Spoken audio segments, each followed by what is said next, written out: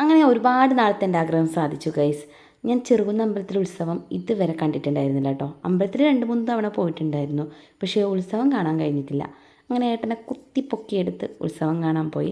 ഏട്ടന് നല്ല മടിയുണ്ടായിരുന്നു, വേറൊന്നുമല്ല, കുട്ടികളെ തിരക്കിൻ്റെ ഇടയിൽ അവർക്ക് പ്രശ്നം വരുന്നുണ്ട്. അതുകൊണ്ടാണെങ്കിൽ സത്യമാണ്, ഇവമ്മോളെ ഞാൻ ഒരുപാട് നേരം എടുക്കേണ്ടി വന്നു കേട്ടോ. നല്ല തിരക്കുണ്ട്, ചന്തയിൽ പോകാനും പോലും കഴിഞ്ഞില്ല. പക്ഷെ അതൊരു കണക്കിന് നന്നായി കേട്ടോ. അങ്ങനെ ഞങ്ങൾ കാണുമ്പോൾ ഉത്സവം ആനയുടെ പുറത്തായിട്ടുണ്ടായത്. അങ്ങനെ അതൊക്കെ ആസ്വദിച്ച് കണ്ടു. ഫസ്റ്റ് ടൈം എക്സ്പീരിയൻസ് ആണ് കേട്ടോ. നമ്മൾ പോയ ദിവസം കണ്ണവരക്കാറെ വെടിക്കെട്ടും അതുപോലെ അവിടുത്തെ കാഴ്ചയാട്ടോ ഉണ്ടായിരുന്നത്. അങ്ങനെ തൊട്ടടുത്തുള്ള ചിറയിൽ പോയി നിന്ന് നമ്മൾ നല്ല രീതിക്ക് വെടിക്കെട്ട് കണ്ടു കേട്ടോ.